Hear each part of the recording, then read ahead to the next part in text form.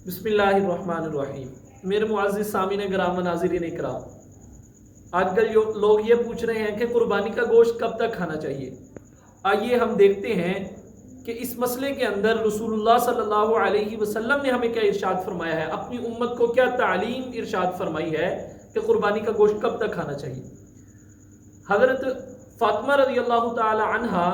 इरशाद फरमाती हैं कि एक दफ़ा हज़रत अली रज़ियल्लाहु ताला अन्हु एक तवील सफ़र से, लंबे सफ़र से वापस आए। जब वापस आए तो हमने उनके सामने कुर्बानी का गोश्त खाने के लिए पेश किया, तो हज़रत अली रज़ियल्लाहु ताला अन्हु ने उस गोश्त को खाने से इनकार कर दिया और ये इरशाद फरमाया कि जब तक इस गोश्त के बारे में मैं रसूलुल्लाह सल्लल्लाहु अलैहि वसल्लम से मसला ना पूछ लूँ, उस वक़्त तक मैं इस गोश्त को नहीं खाऊंगा। चुनांचे हज़रत अली रज़ियल्लाहु ताला अन्हु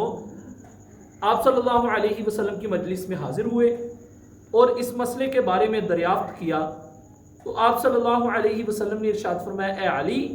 कुर्बानी का गोश्त 10 ज़िलहज्जा से लेकर 10 ज़िलहज्जा तक खा सकते हो, यानी इस साल की 10 ज़िलहज्जा से लेकर अगले साल की 10 ज़िलहज्जा तक खा सकते हो, यानी सारा साल कुर्बानी का गोश्त खाना जायज़ है। तो इसलिए कुर्बानी का गोश्त अगर कोई ये चाहे कि वो खाए, सारा साल खाए, तो खा सकता है, लेकिन बेहतर और ये है